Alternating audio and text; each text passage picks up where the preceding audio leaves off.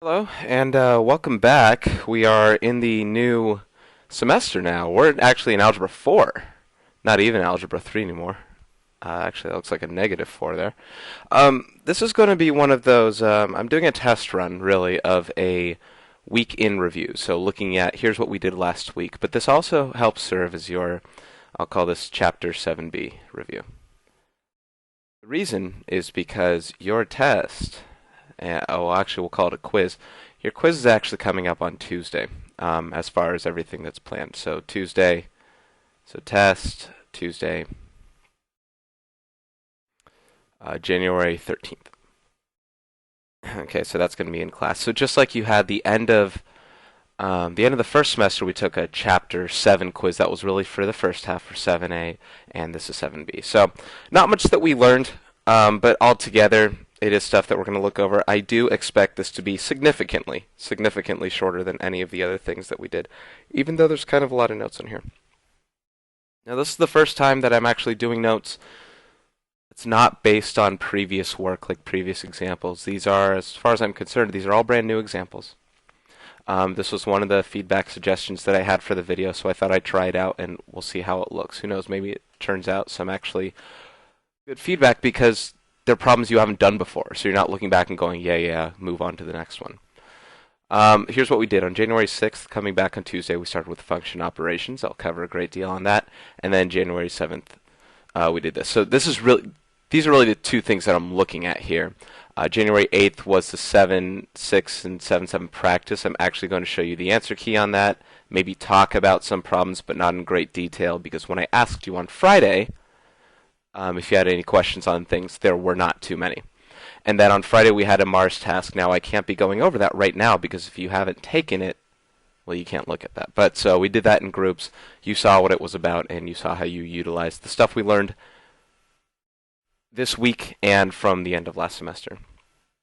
Now, please bear with me a little bit here. As most of you probably have heard, there was some unfortunate news that probably affects most of us, and it greatly already has affected me. So if there are ever any downtimes, I will pause the video and resume for you. Okay, I'm going to start off with January 6th. Well, a lot of headers on January 6th on function operations here. I'll start with the definition of a function, basically an overview of what we've seen before, and then we'll go into basically the new things that you've learned. So the definition of a function is it's a relation, meaning a set of x, y values, in which each element of the domain is paired with exactly one element in the range. So something is only a function if for every x you only have one y.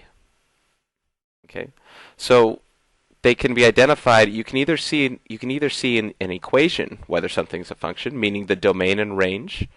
You can look at the domain and range and you can pair it with the equation and the rule. So you can say like, okay, I see an equation and I can determine whether or not it's a function because for every x I only get one y, and I'll give an example here in a second. With tables, you can use mapping diagrams and you can draw out arrows. You can say, oh, this 3 goes to a 5 and a 9, therefore it's not a function, etc. And graphs, you can do the vertical line test. You can draw it through, and if it hits two different points, then you'll see that's not a function. We will see all three examples, I do believe.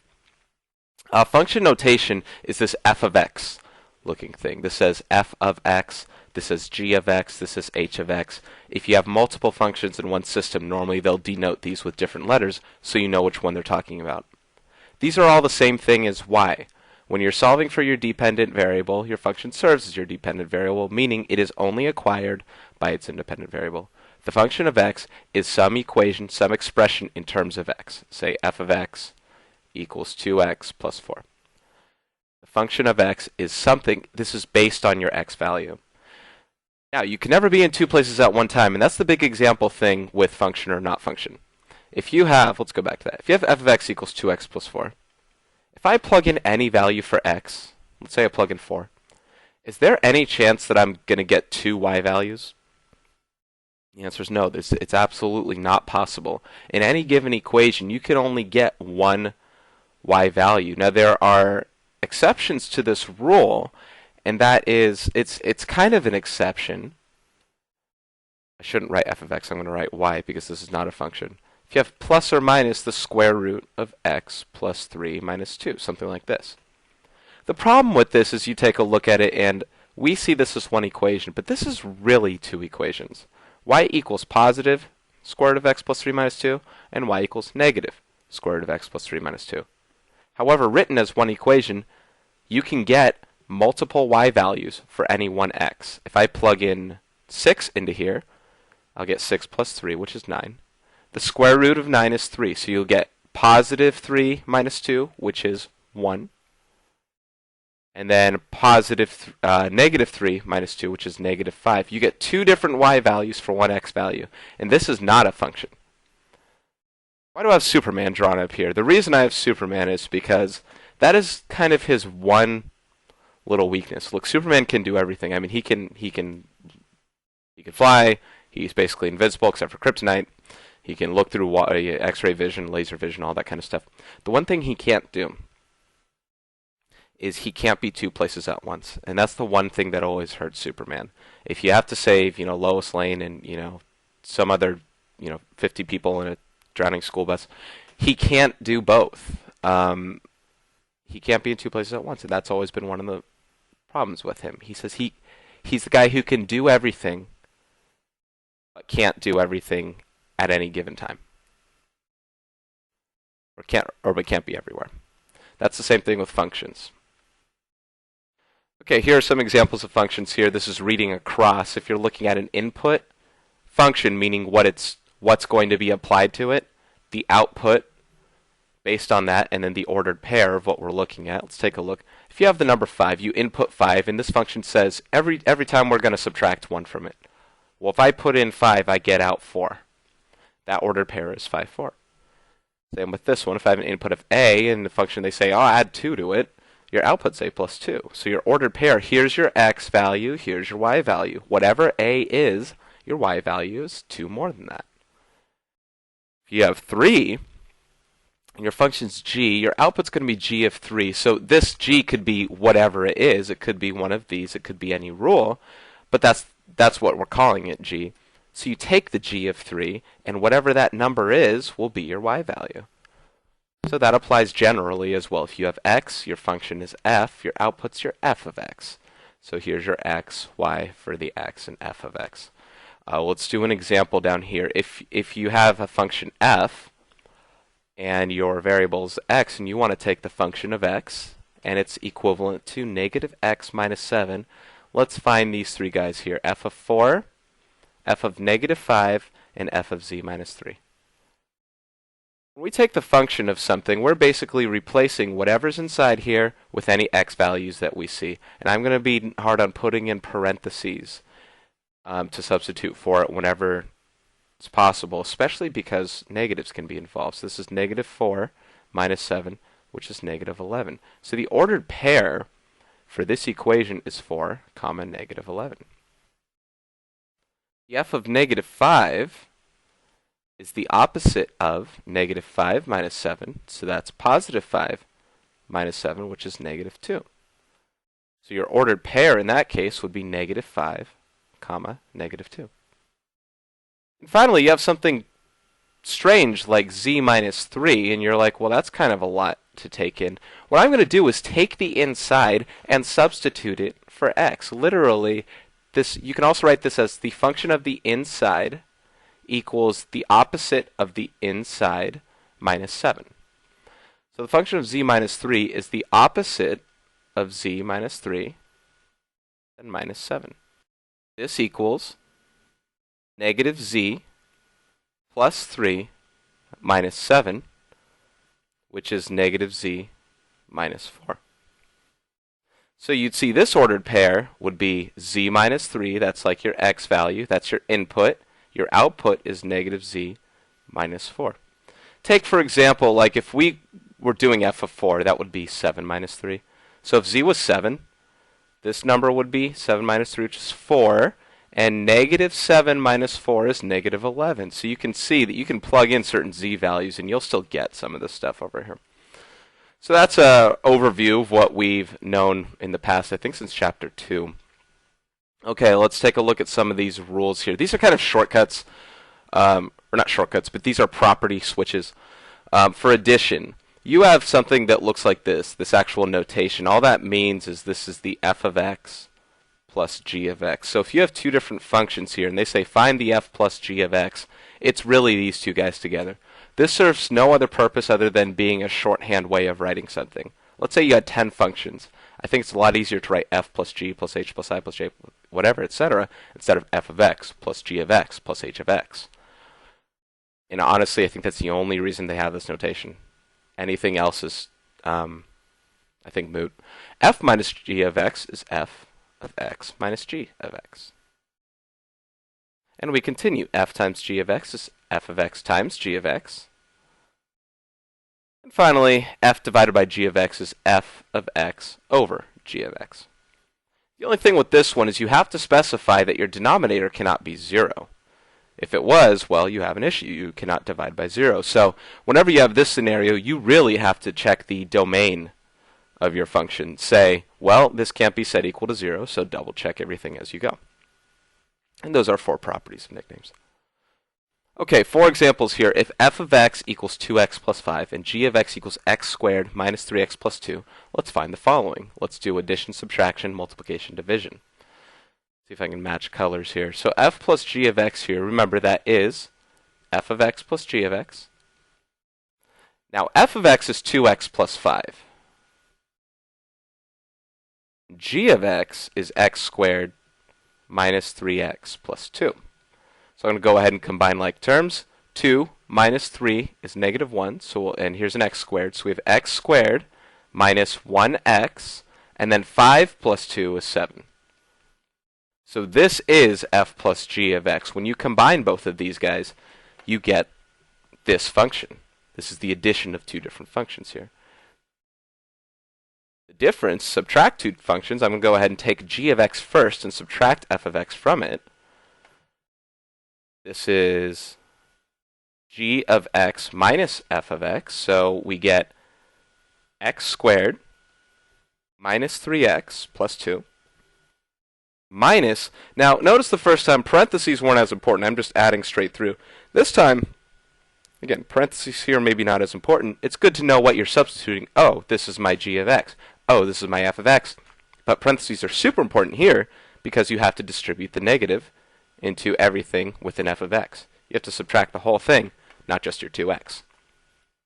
So this is x squared minus 3x. I'm going to go ahead and write the 2x here. Minus 2x plus 2 minus 5. That becomes x squared minus 5x minus 3. Okay. F times g of x.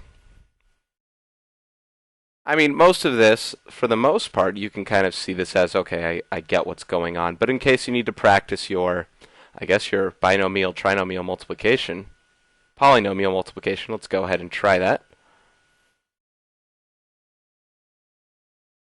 You can do this a lot of ways, doing the box, everything else. In fact, let's do the box. Let's get a visual on this guy here. I'm going to make this box, and I'll make 2x and 5 over here, and x squared, negative 3x, and 2 right here. 2x times x squared is 2x cubed. 2x times negative 3x is negative 6x squared. 2x times 2 is 4x. 5 times x squared is 5x squared. 5 times negative 3x is negative 15x. And 5 times 2 is 10. So total we get 2x cubed, combine like terms. 5x squared minus 6x squared is negative x squared. Negative 15x plus 14x is negative 11x. And then there's your plus 10. There's your guy right there. And finally, g divided by f of x, and as we know what our translation is here, that's g of x over f of x. In this case, we need to make sure that f of x doesn't equal 0. So as I plug this in, I'm going to be very keen on that. So g of x is x squared minus 3x plus 2, and f of x is 2x plus 5. You got to check and see if this is factorable, not factorable, but if you can cancel things out and reduce it. You can actually reduce this part. It looks like this is x minus 2 times x minus 1, And on bottom, it unfortunately doesn't look like you can cancel anything out. I can't factor this and do anything else. So either of these would be accepted in this case, but now you have to create a restriction. You have to say what cannot happen here. And what cannot happen is I cannot get 0 down here. I have to create a restriction and say 2x plus 5 is not allowed to be equal to 0. If it was, I'd be dividing by 0. That's a problem. In order to say that, I need to say what x cannot be.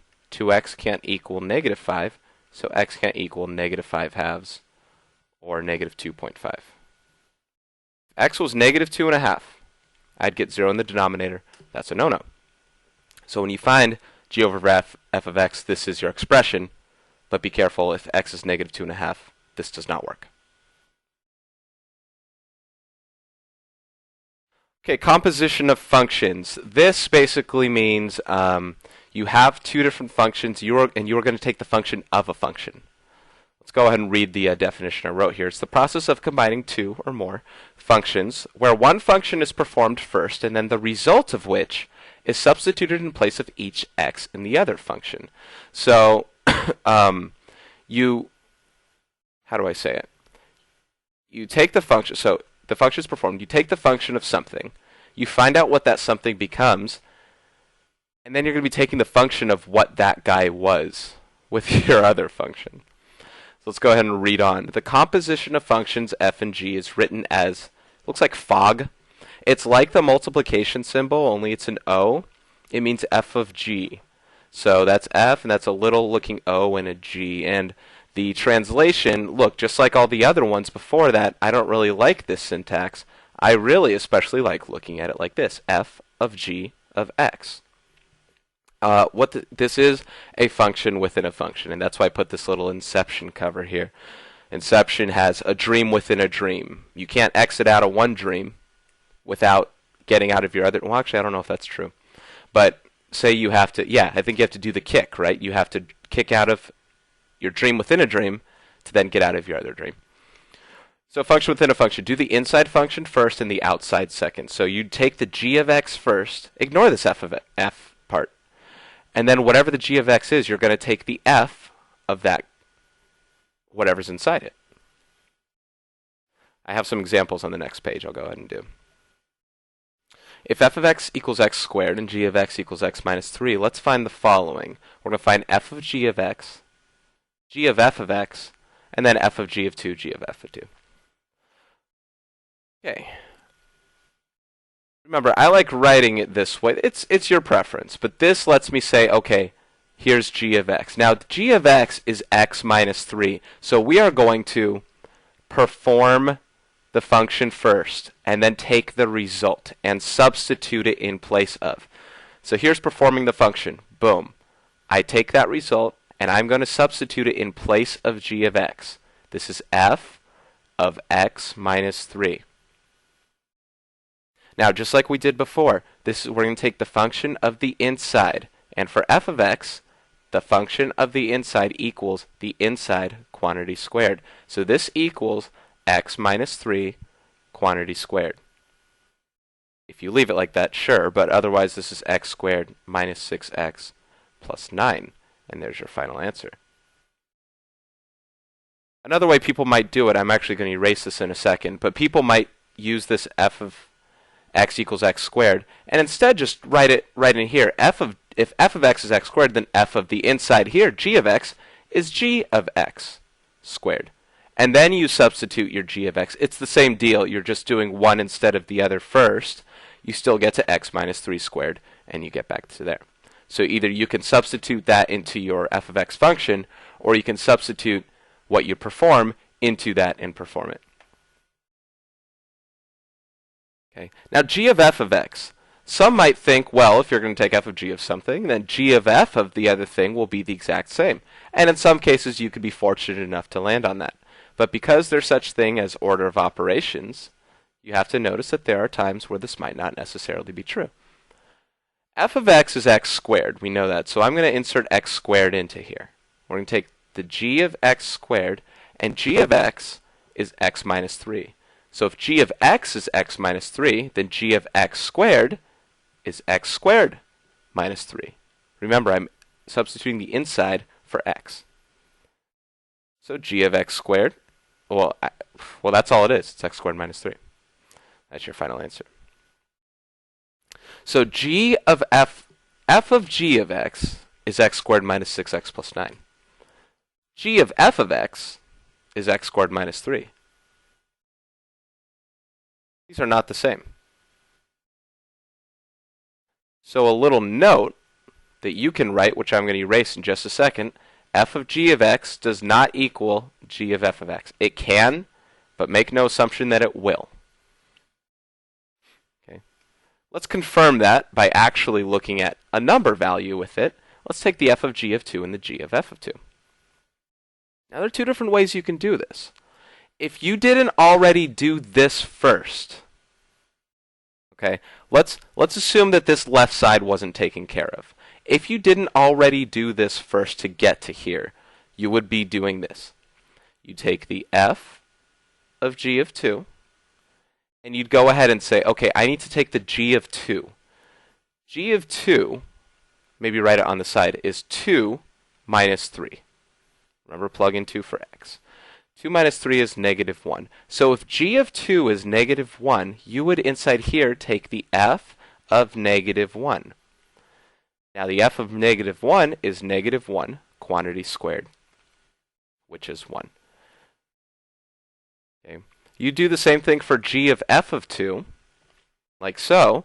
You'd first of all, this is the g of f of 2, like that. You would take the f of 2 first. F of 2 is 2 squared, which is 4. So if f of 2 is 4, then the g of f of 2 is g of 4. G of 4 is 4 minus 3, which is 1. Oh man, we actually landed on the same answer. So, well, that's screwy now.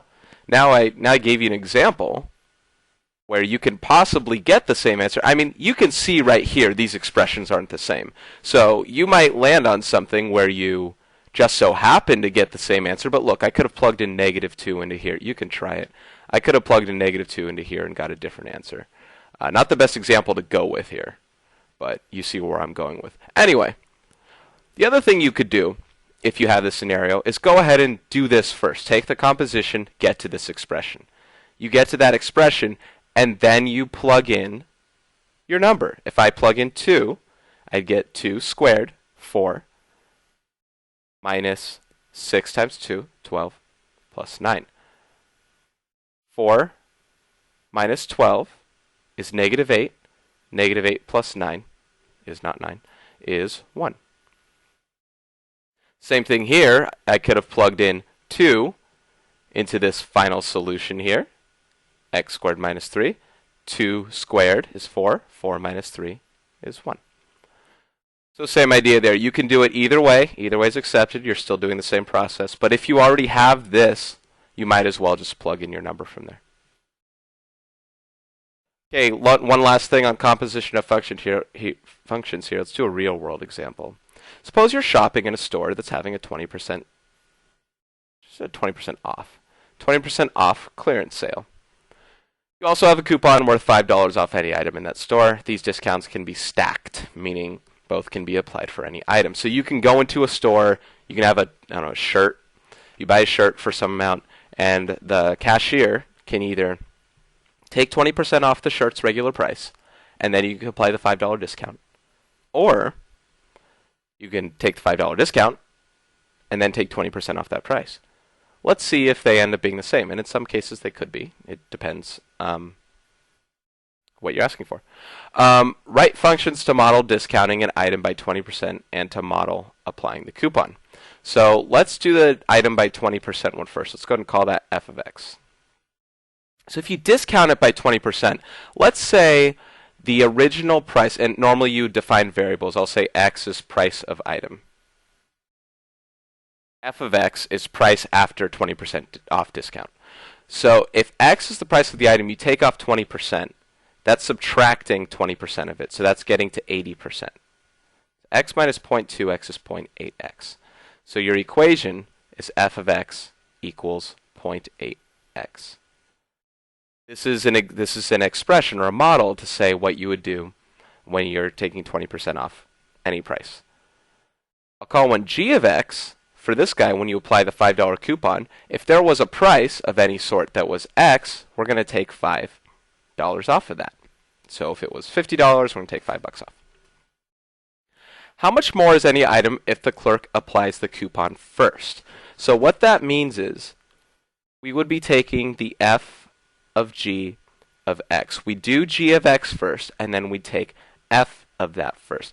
Let's see what happens, how much money we save if we do that. Versus the g of f of x would be doing, here, I'm going to go and write this. F of g of x is coupon first, and g of f of x is 20% off first.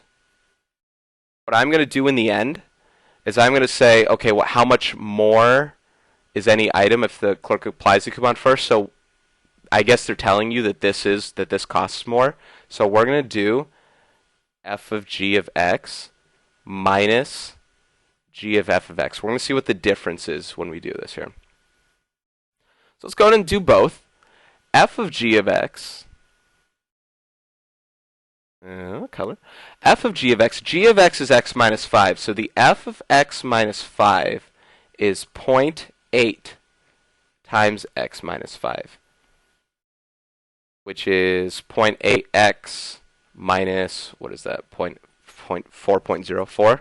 0.8x minus 4. So that's f of g of x.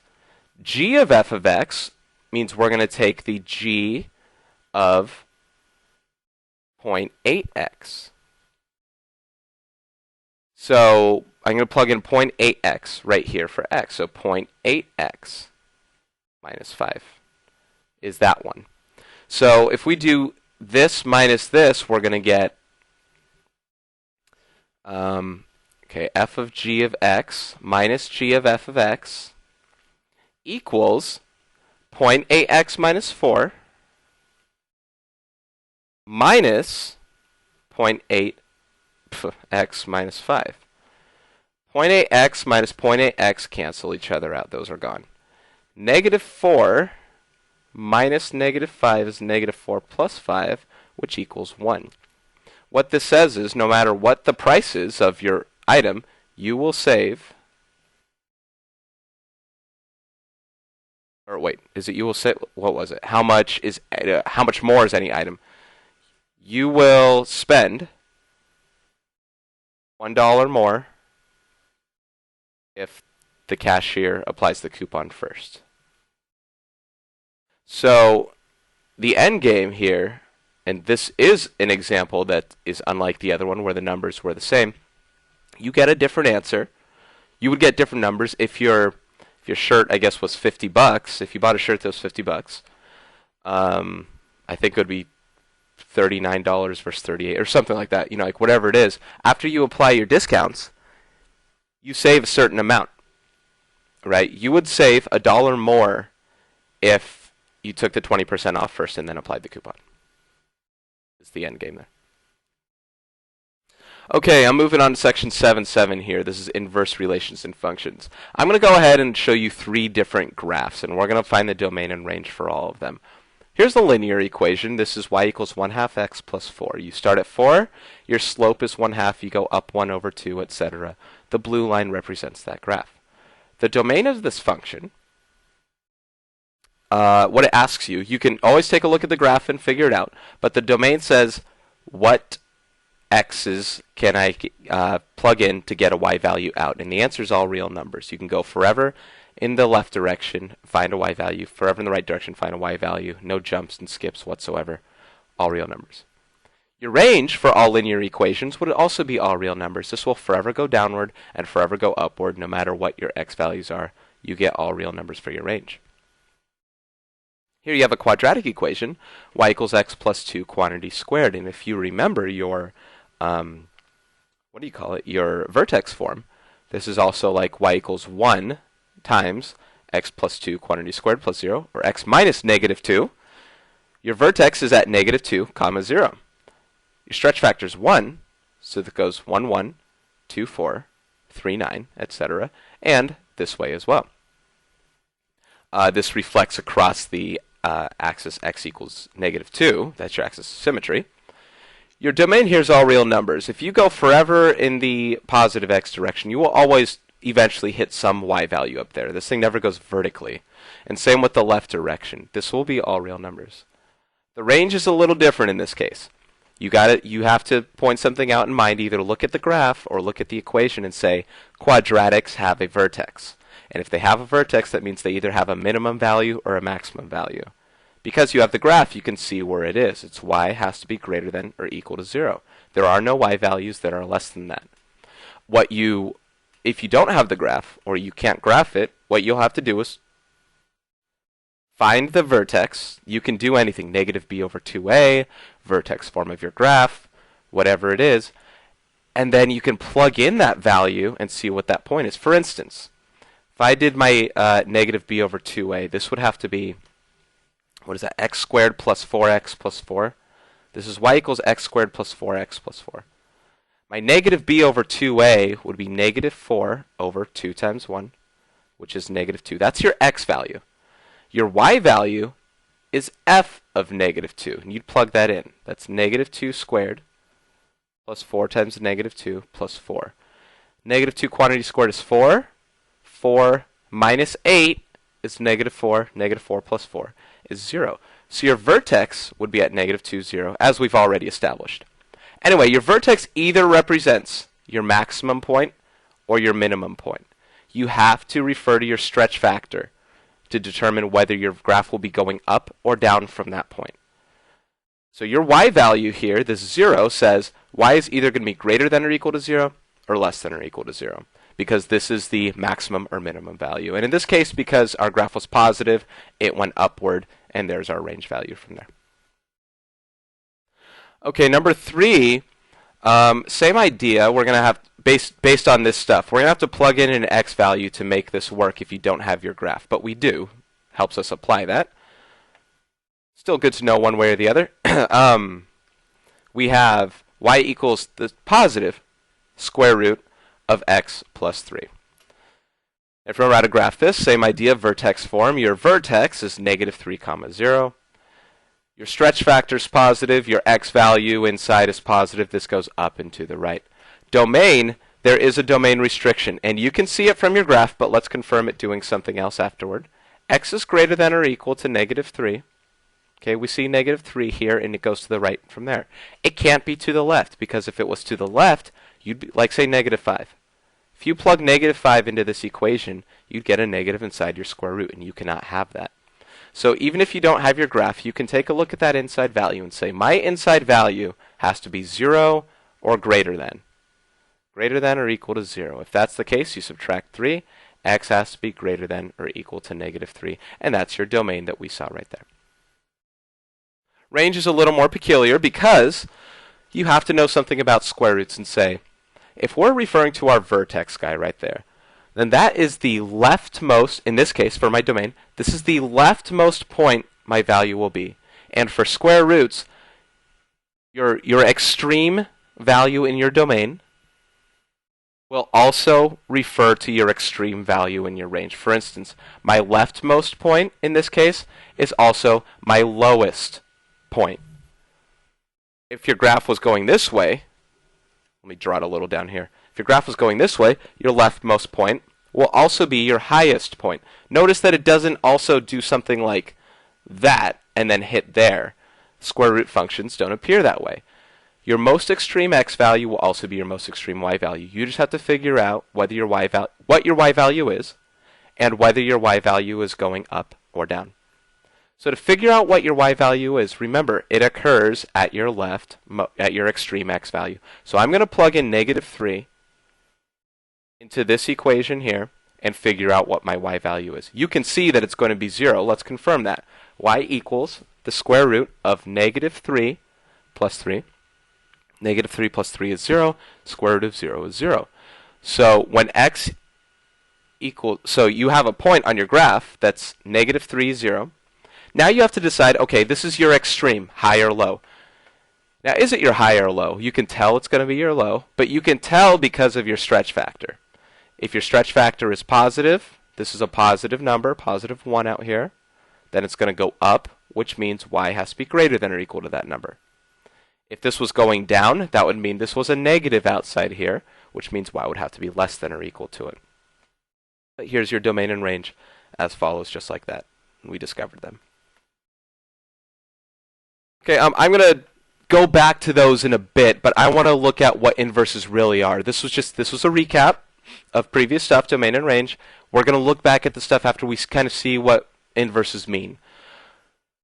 Inverses are all about reflections. We reflect across a specific line, and the line is y equals x. When you take the inverse of something, you are finding the reflection across this line, and really all that means, well, we'll figure it out in a second.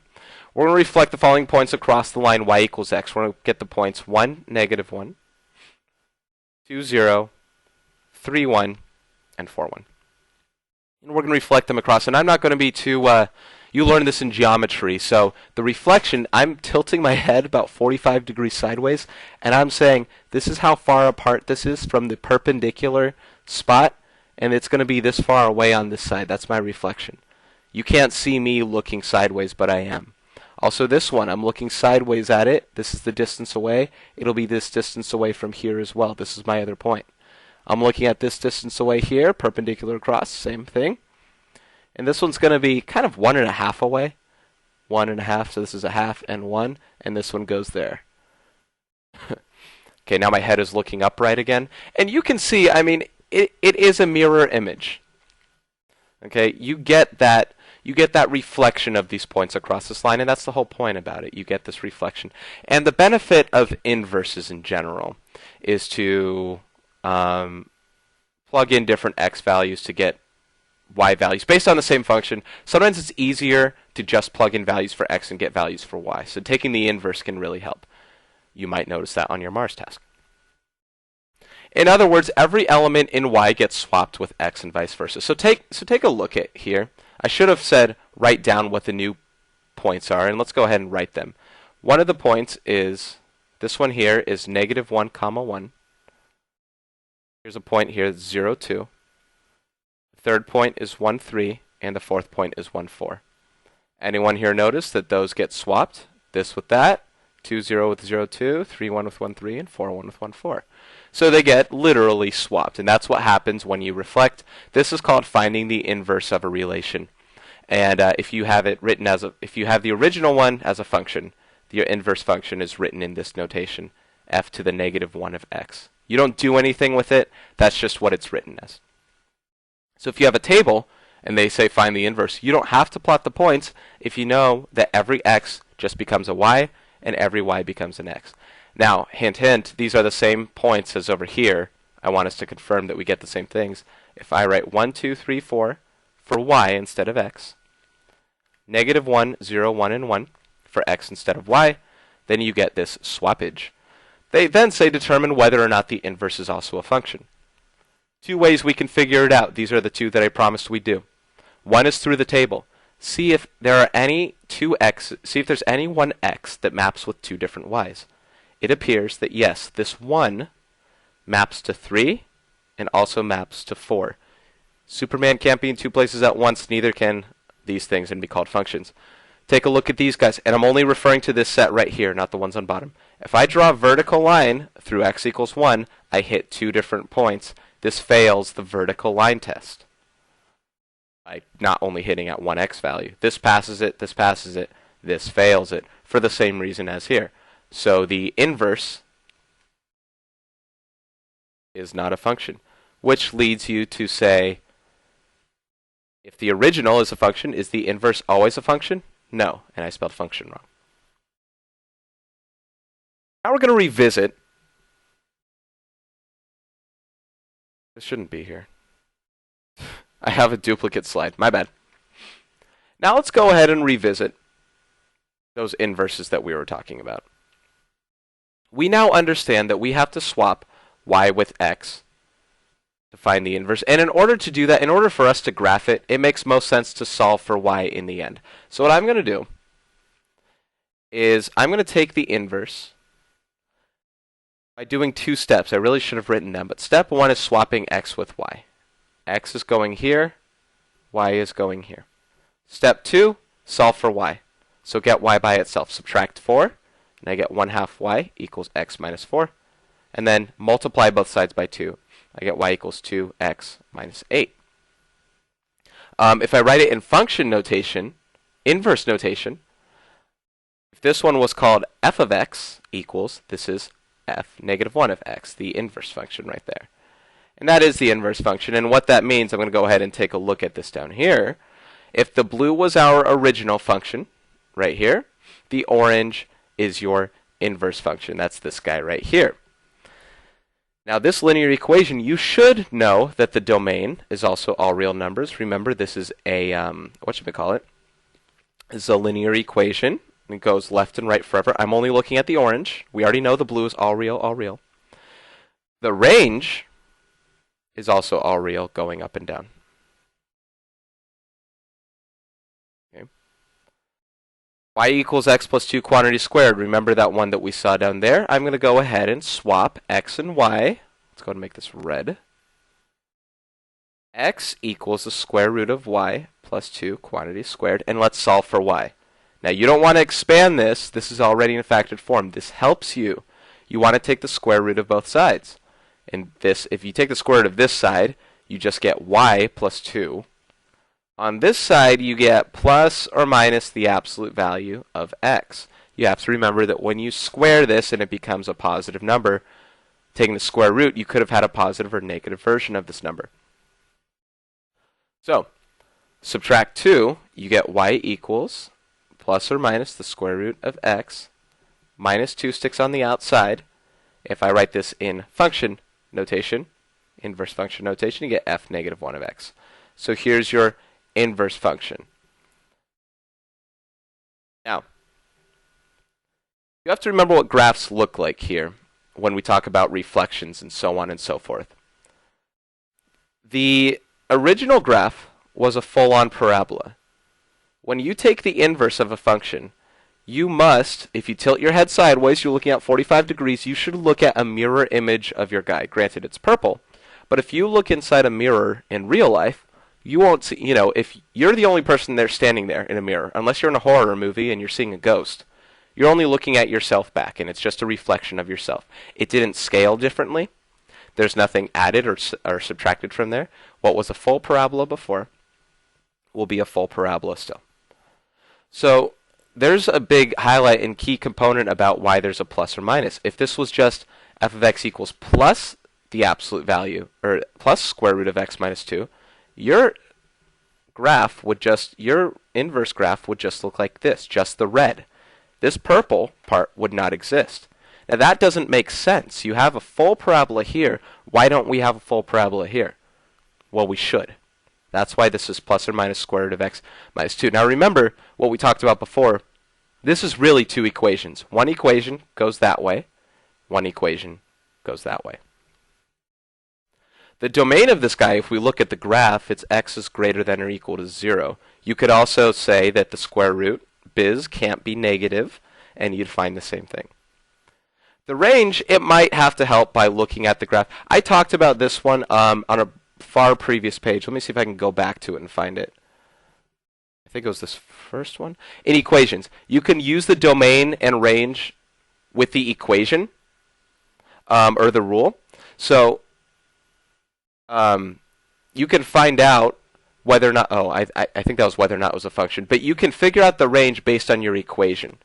You can see your equation and you can know something about square root functions, and you can say, okay, I know square roots only do half-sies right here, but if I apply the negative version, it goes full-sies. And if it goes full-sies, that means it's going up and down forever. So you can also use that to determine, okay, this is all real numbers, but you can also look at the graph and say it goes up forever and down forever. Now, on this final one here, y equals, by the way, this is also another example. I guess this is where you can see domain and range here. This guy, vertical line test, the inverse is not a function. This is the example we talked about. When you get a plus or minus square root in here, you are not going to get a function because you will get multiple y's for any one x, and that's not, we don't like that. Finally, we're going to go and look at, I think it was green, go and look at y equals the square root of x minus 3. Now remember, this original thing was a function. I could have even called this f of x equals. This is only a half parabola. Okay, let's go and swap x and y and solve for y. Square both sides. We get y plus 3. When I square this side, I get y plus 3 equals x squared. Subtract 3, you get y equals x squared minus 3. Now, here's where you start to get an issue of domain and range. Domain. You might look at this guy and say, it's a quadratic, it should be all real numbers, and in fact it should be. Problem is, you can't just look at the inverse by itself. By the way, I should call this an inverse function. This is where you might get screwed up. If you leave just a y there, you might get screwed up and think that's an original equation. Write this as an inverse function and say, okay, this inverse function had an original function. And this original function was just a square root. If we take a look, this is where this previous page can look. If you take a look at this square root function here, this was only half a parabola, sideways. Your inverse function cannot be a full parabola. Your inverse function will be half a parabola. So for it to be half a parabola, you have to understand something about the graphs here. And you have to say, okay, I'm going to go ahead and scroll down here. Here's your original function. When it reflects across, if you tilt your head to the right 45 degrees, you'll see this is your inverse function. It's a mirror image of your other guy. What is the domain of this? Maybe you're saying out loud or in your head, x is greater than or equal to 0. Notice this is not a full-on parabola that looks like, like this right here. It doesn't fully, well, if I graphed it right, it's not a full parabola because the inverse has to be a reflection of your original function. You're not, if you're looking at yourself in the mirror, you won't see you and somebody else unless that somebody else is there. Or unless it's a horror movie and a ghost. If you are there, then your reflection is right there. That's where this applies. So although this is a full-on quadratic, this is merely the inverse of this, and we have to state restrictions, and we have to say, oh, by the way, we're only looking at half a parabola. Now the range, it's still from the vertex, right? So you're still drawing up your vertex here. This is kind of vertex form. If you put it as x minus 0 quantity squared minus 3, your vertex is at 0, 3, so your range is still y is greater than or equal to negative 3. Now I'm going to go ahead, I'm actually going to move this other page over. I think I meant for this page to be right next to this other one. I'm going to go ahead and put these pages back to back. Quickly take a look at your domain and range of your original function for this first guy, y equals 1/2 x plus 4. Domain, all real numbers. Range, all real numbers. Let's go and take a look at the inverse one. Domain, all real numbers. Range, all real numbers. Maybe a coincidence. Let's go ahead and move on. Domain, for the parabola, all real numbers. Range, y is greater than or equal to 0. Domain, x is greater than or equal to 0.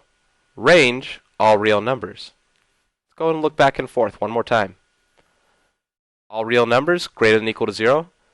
Greater than or equal to 0, all real numbers. You see something. You're like, I see something. Let's look at this one more time on this last one. Domain, x is greater than or equal to negative 3. Range, y is greater than or equal to 0. So then negative 3, 0, greater than. Domain x is greater than or equal to 0. Y is greater than or equal to negative 3 for the range. What's happening?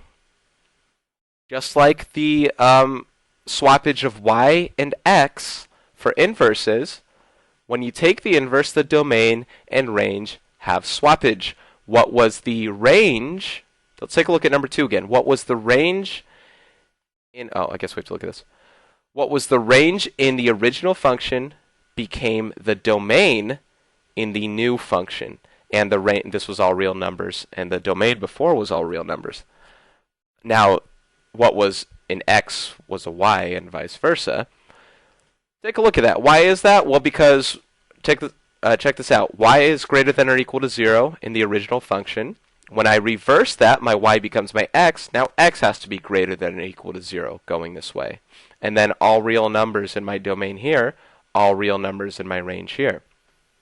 Same thing here. X is greater than or equal to 0 here. So when I flop x with y, now y has to be greater than or equal to 0 here. And with my range, if y was greater than or equal to 0 this way, and I swap, x has to be greater than or equal to 0 this way. Did I say 0 for the other one? I meant -3. So, the domain of the original function is always the range of its inverse. And the range of the original function is always the domain of its inverse. That's the take-home guy right there. Okay, I think this is almost a last but not least here. We're getting right near the end. Winding down.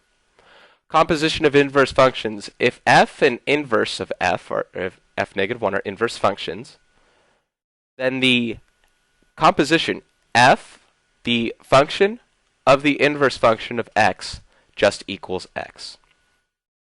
And the inverse function of the function of x also just equals x. Unlike the f of g of x, g of f of x being different, these are the exact same. And not only are the exact same, but the inside matches with your result. The inside matches with your result. For the function f of x equals this guy right here, let's find the inverse function of the function of 30. Now, if you paid attention to this previous thing, you might already know that the answer is 30. Because it is. But if you're like, I don't believe you. Mr. Robinson, I don't believe you. Yeah. Let's go ahead and try it out. Here's f of x. Let's go ahead and find the inverse function. How do we do that? If this is like that right there, let's go and swap x and y. X equals 10, y minus 10, and let's solve for y. Add 10. Divide by 10. 1/10 x plus 1. Here's your inverse function if I write that as f negative 1. Here's another reason why f negative 1 of x, because if they ask you for f negative 1x stuff, you're going to have to know that. So we can do this now in one of two arrangements. You can either find the composition in total, which I probably don't want to do. I think I'm going to get some whacked numbers by doing that. Or you can evaluate one then the other. So perform the inside first. Let's take the f of 30. And whatever the f of 30 is, we'll plug into here and we'll find we'll use the inverse function to find what that is. So the f of 30 is 10 times 30 minus 10, which is 300 minus 10, which is 290. So the f of 30 is 290.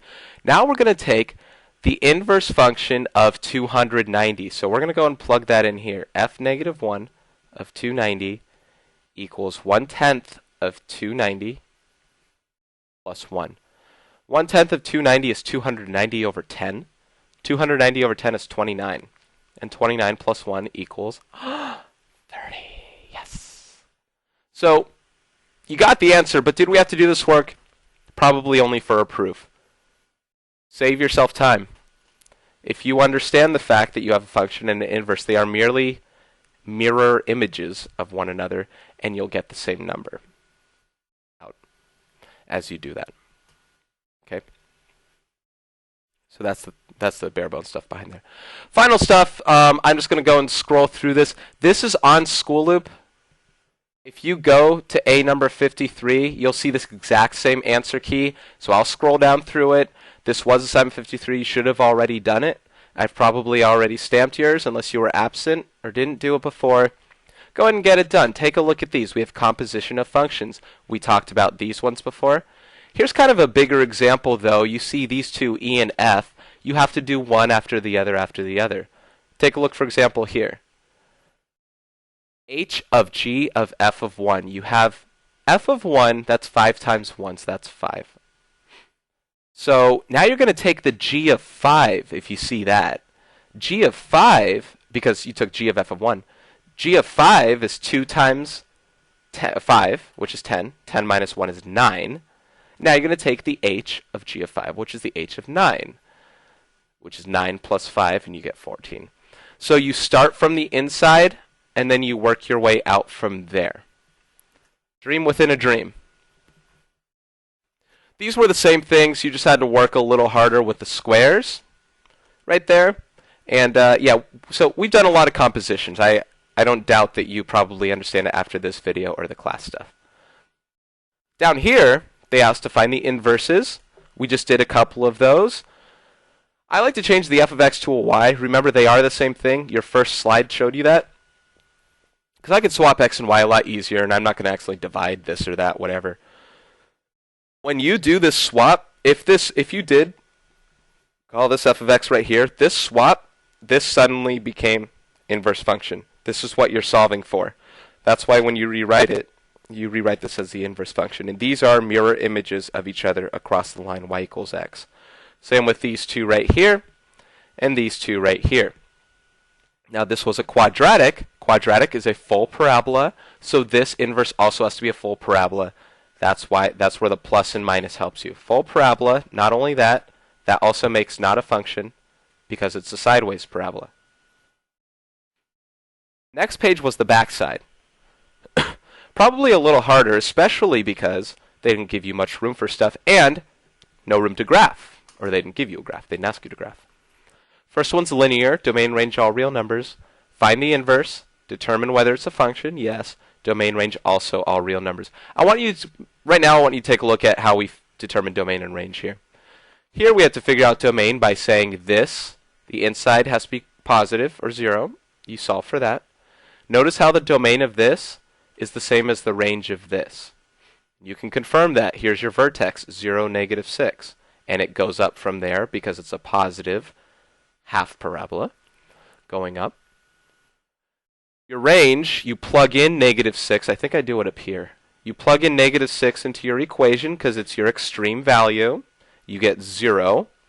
You know this is going upward, so it's y is greater than or equal to 0. When you take the inverse, your domain becomes x is greater than or equal to 0. So these flip-flop. This ties in with this.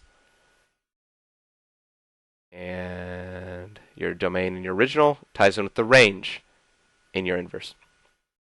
This was a function. This one right here, again, notice domain became range. Range became domain. This was a full parabola. This becomes a full sideways parabola. I wish I could graph these for you.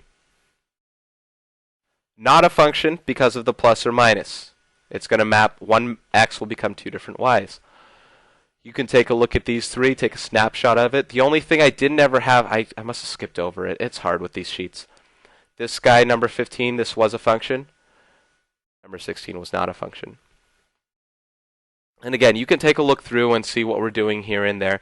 But again, the thing I talk about, that half parabola stuff, this graph looks like something. I think it kind of does this and it goes to the left. If you reflect that across y equals x, your reflection, let's see how would that look. Your reflection would look like this, I guess. It would look like that. Notice how it's negative, but it's only a half parabola. So although this is a quadratic, your domain tells you otherwise. It says, well, hey, something, I mean, it is a quadratic, but it says you don't draw the whole thing. That's just a super crucial element about this. Your domain is not based on your equation. It could be. But your domain is based on your original function's range. Okay. And then there's this guy right here, same thing. And then there were two more problems. You can take a look at this stuff. Going from this step to this step might require some more work for you. Using the diamond, factoring by grouping, doing box method, etc. You set this equal to 0, use zero product property, and solve for your x values. Now this guy was extraneous. You plug negative 1 in the original equation. You get negative 1 on this side, and you get 1 on this side. That doesn't work. So it's extraneous, you cross it out. This is the only one that actually works and applies. Finally, number 18. Oh, and the thing with 17, same thing we talked about before. These two only intersect at one point. Maybe one graph looks like this, the other graph looks like this, they only intersect at one point. When we square both sides, we have officially changed the nature of these graphs. One graph becomes linear, this x plus 2. Again, it probably looks like that. Another graph becomes a quadratic and does that. We've just changed these graphs, and we can't just change the graphs and accept that fact. We have to double check and make sure that they would have hit 2 points anyway, and in this case they would not have. And number 18, finally, multiply both sides by root x plus 1 for 2 reasons. 1, it cancels out the denominator on this side. And 2, multiply these two by the same thing, you just get x plus 1, which is awesome. Subtract 1, you get x equals 2. Double check that too, make sure it works. No negative square roots, no dividing by 0, you're good to go. Okay, that's all I got for you. Your Chapter 7b quiz is Tuesday, January 13th. Be studied and prepared for it. I think it's only based on this stuff here. And this is from Taken, and I guess it's perfect timing because Taken 3, I think, just came out on Friday. As he heard, and as he also kicked butt with, when he was told, good luck, I wish you the same thing, and I expect you, just like Liam Neeson, to also kick butt on this quiz. Ciao, folks.